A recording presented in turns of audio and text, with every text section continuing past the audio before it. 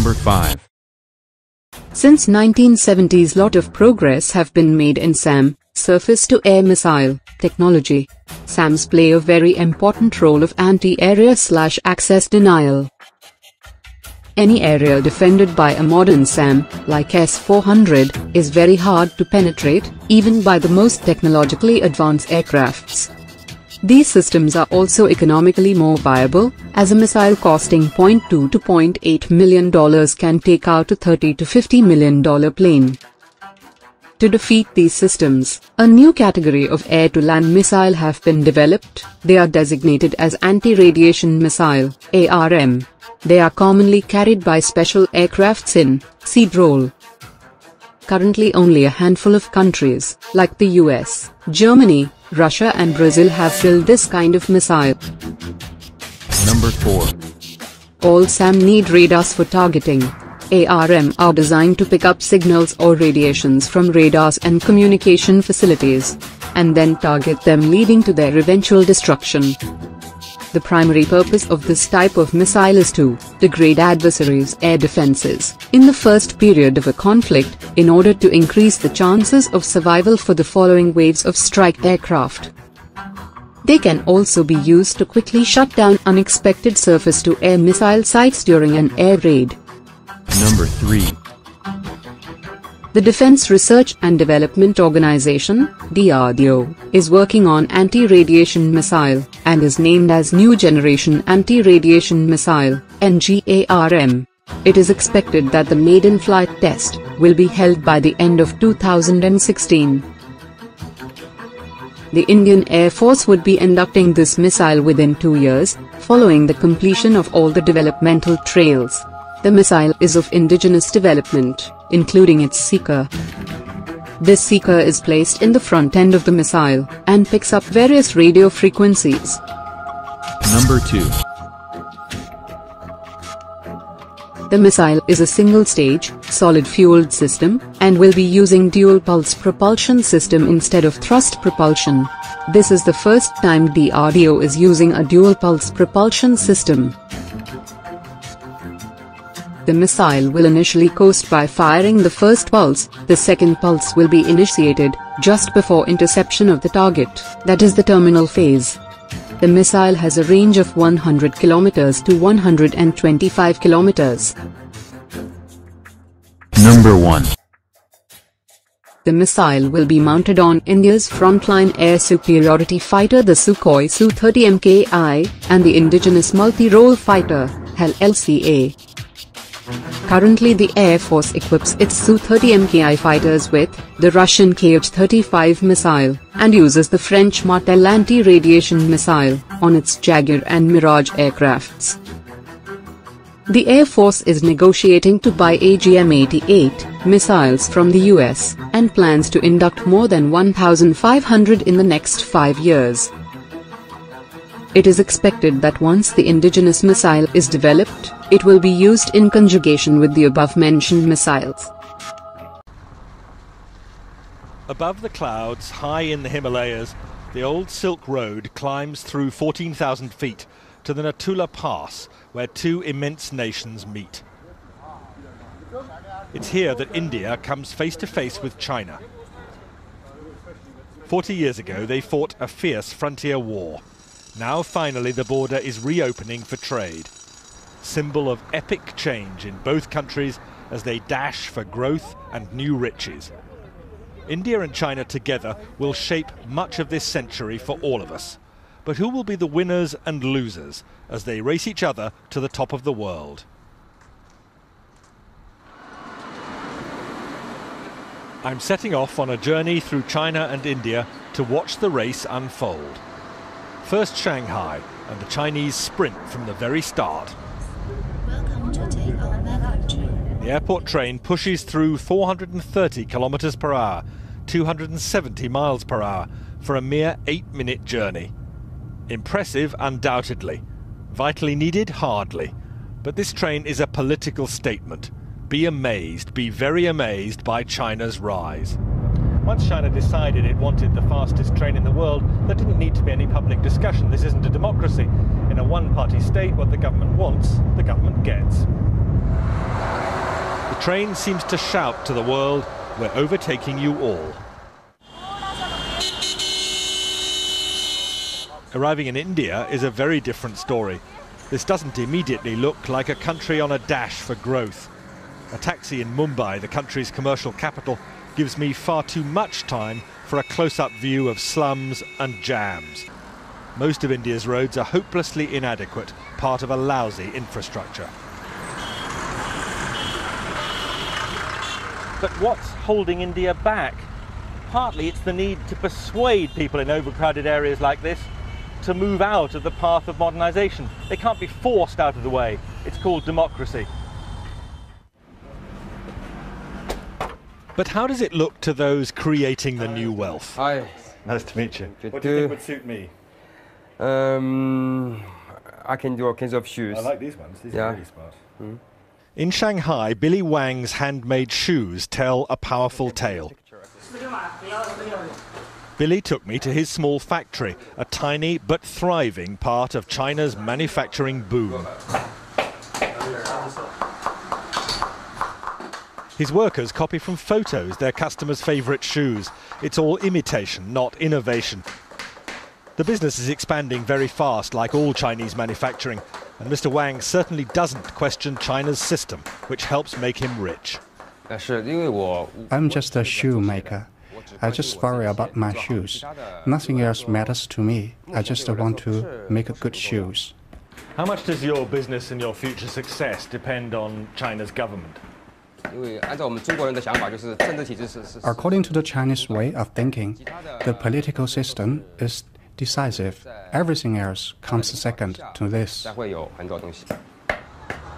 And that's the message big picture China tells you too.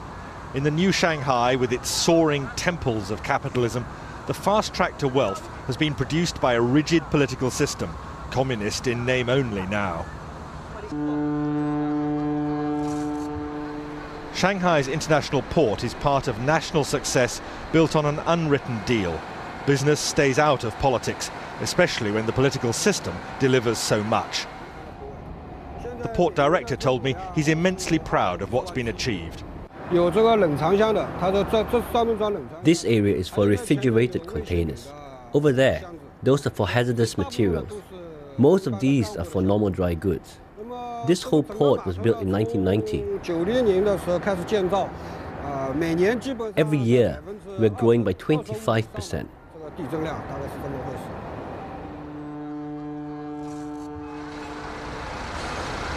More than that, it's largely one-way traffic here. China doesn't buy much overseas, but produces vast quantities of goods for sale. China's achievement is simply staggering. Single-minded, one-party government making clear decisions which mean that China dominates the export world. It's staggering to watch this. Containers coming on and off ships simultaneously, most of them coming into China empty, most of them going out crammed with Chinese exports. This isn't something that should worry just India, it worries economies across the world. A huge trade imbalance. Basically, we have a lot of construction going on right now just before the monsoons. But in India, young risk-takers are not dismayed by China's success. The story of Tarun Tadani in Mumbai is typical. All our designs are basically finalized. Tarun is a man in a hurry to share in India's consumer boom, happening now. Tarun, still only 22, cut short studies in America to create this fashion accessories business. And the emphasis here in his design room, unlike China, is on innovation, not imitation. Here is all our new production. Next door in the workshop, a small team churns out low-cost fashion accessories for eager buyers among India's spreading middle class. Tarun insists India's cheap labour, combined with superior design skills, make a winning formula. We never copy directly. We spend so much time, consistently trying to make new products, new designs, new things out there, finding new trends, just keep developing in new styles. So is this an exciting time to be doing business in India? It's an exciting time because you can see things happening, India is moving very fast, but it's like a boat. But if we can sail or we can even sink. I can't speak for the future, but I can definitely say it is definitely bright. It's a good path, and I think we are on the right track. And big picture India? Well, that stress on skills drives heavy industry too. Here at Mukand Steel, they can't compete with China's bulk, bog standard production. Instead, they make only high-value specialist steels, meeting Europe's most exacting standards. I'll tell you, life does not get hotter than this. At the heart of a steelworks in India, midsummer, it's almost unbearable. But the Indians are justifiably proud of what they're doing here, not just competing with huge producers like China with a massive output of bulk commodity steel, but here making some of the world's finest high-grade steel, competing with anything that could be produced in other parts of the industrialized world. Most of this steel meets India's enormous demands, but also goes for export. This is an area of heavy industry where India sees opportunities for massive growth over the next 10 or 15 years, and where the Indians are convinced they have a huge edge over China. Outside, away from the intense heat, I hear some fighting talk from the marketing director. India can catch up and then overtake China. And I don't think China can sustain this kind of high growth rate here for next 3 to 5 years. Is India While India's growth rate for last year was 8.5% GDP, the current year has begun with 9.5% in first 2 months. And I think as we go along, we see acceleration of the growth rate as all the industry segments are.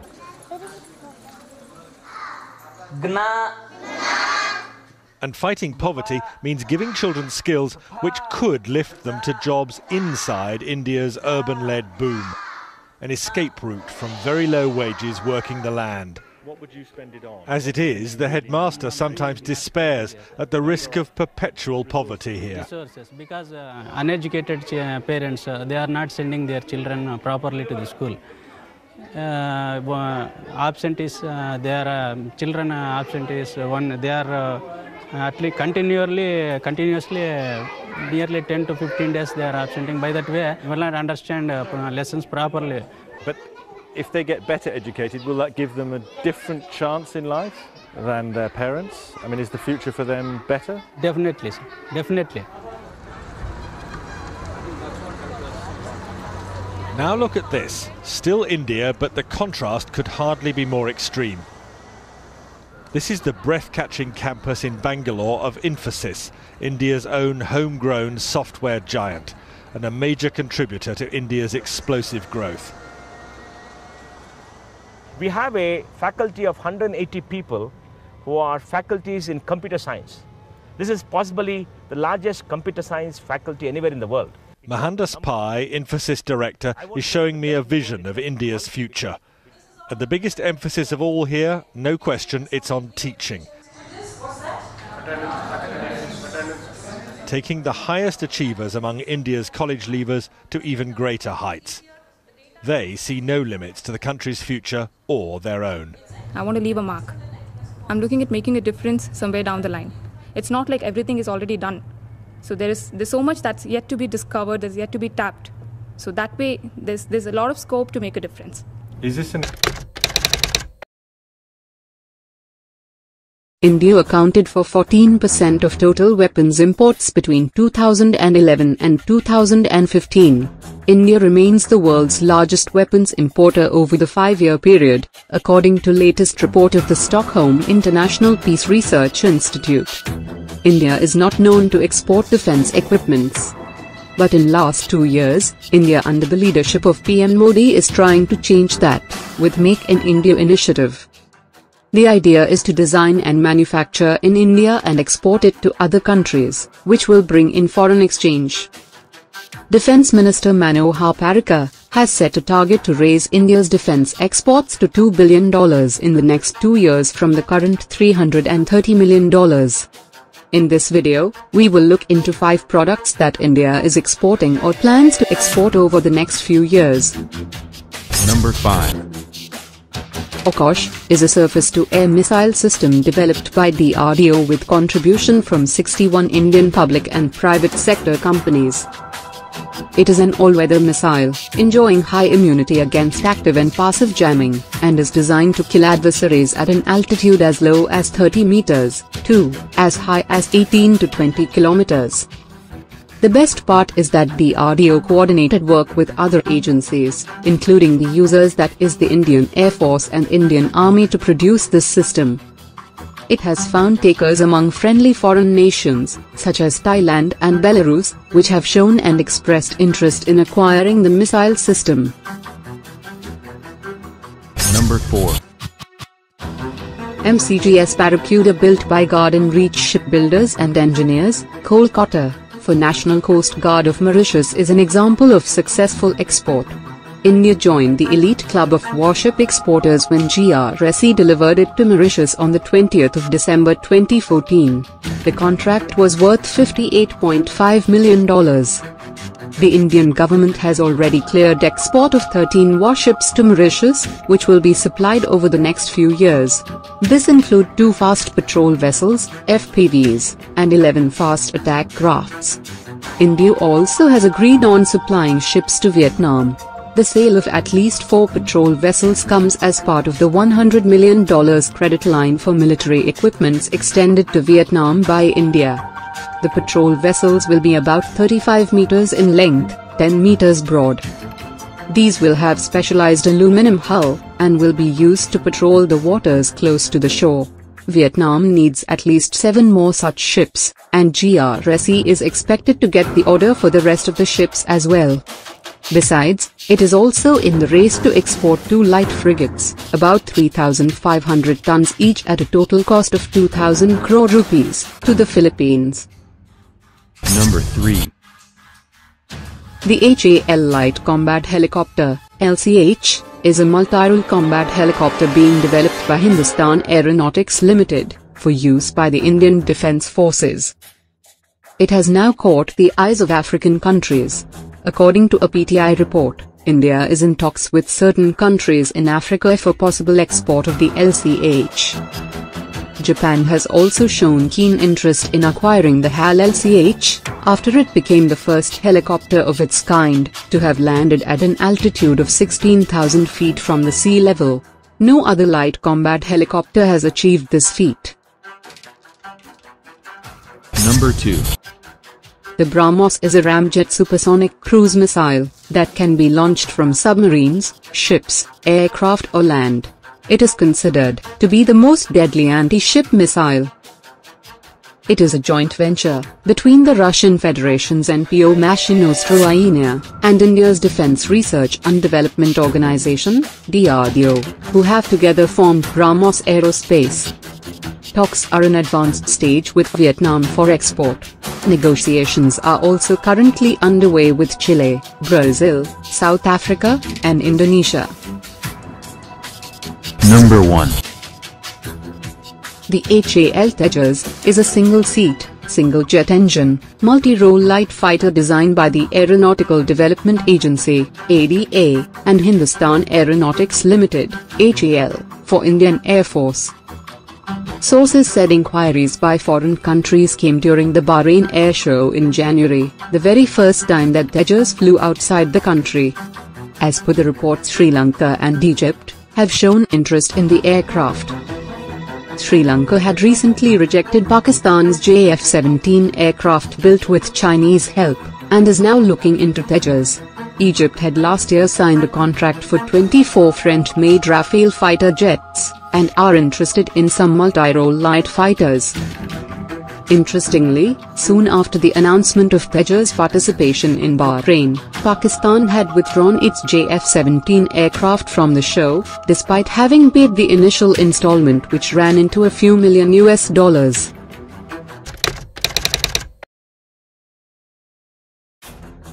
China has maintained very high economic growth over the last 20 years, and has become a major economic power. It has spent heavily on military build-up, and modernized its military forces. In recent times, China has been very aggressive in its posturing. South China Sea dispute. China has reclaimed land through artificial methods, and set up airstrip for military use in disputed islands of South China Sea. Brunei. Malaysia, the Philippines, and Vietnam have claims to these islands, but have been shrugged aside by China. Non-claimants like USA, India, Australia and Japan want the South China Sea to remain as international waters with freedom of navigation, whereas China want to control this major tradeway. Dispute with India. In the past 2 to 3 years, Chinese troops have frequently strayed inside India's side of LOC. After a number of frequent incursions in Ladakh area, Chinese People's Liberation Army troops have been spotted at forward posts along the LOC on the Pakistani side of Kashmir. Also, they have built up massive infrastructure along the LOC, which can be very useful for troop movement in case of a conflict with India. Here is list of steps taken by USA. 1. The US sailed a guided missile destroyer within 12 nautical miles of the artificial islands, the first in a series of actions planned to assert freedom of navigation in the region. 2. The Pentagon has designed a new strategy for the 21st century, called Air-Sea Battle, a concept that combines air and naval forces to punch through the increasingly formidable defenses of nations like China. 3. An important part of air-sea battle calls for the military to operate from small, bare-bones bases in the Pacific, so that its forces can disperse to in case their main bases are targeted by Chinese ballistic missiles. The idea is to have enough US bases and Air Force capabilities peppered throughout the region, so that China would be too surrounded to safely attack in the event of a conflict. 4. One specific example is Saipan. The USA Air Force will expand the existing Saipan International Airport to accommodate cargo, fighter, and tanker aircraft, along with up to 700 support personnel. 5. In addition to Saipan, the Air Force plans to send aircraft on regular deployments to bases ranging from Australia to India as part of its bulked-up force in the Pacific. These plans include regular deployments to Royal Australian Air Force bases at Darwin and Tyndall, Changi East Air Base in Singapore, Korat Air Base in Thailand, Trivandrum in India. Other possible bases include Kubai Point and Puerto Princesa in the Philippines, and airfields in Indonesia and Malaysia. Here is list of steps taken by India. 1. From roads to military equipments, India is upgrading its defenses along Indo-China border. The Indian Army's operational capability along the China border will be getting a major flip, as 2 tank brigades are soon to be deployed in that region. According to latest reports, Defense Ministry has cleared the plan to raise 6 new armored regiments, that will be equipped with roughly 350 tanks. In addition, 3 mechanized infantry battalions will be raised, with 180 BMP-2 infantry combat vehicles. 2.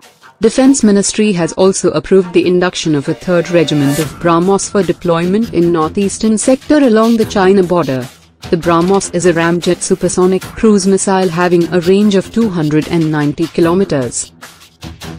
Each regiment of BrahMos consists of around 65 missiles, 5 mobile autonomous launchers and supporting equipment. 3.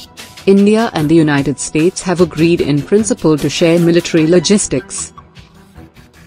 Washington and New Delhi have largely agreed to the terms of a new agreement that allows the 2 militaries to use each other's land, air and naval bases for resupplies, repair and rest.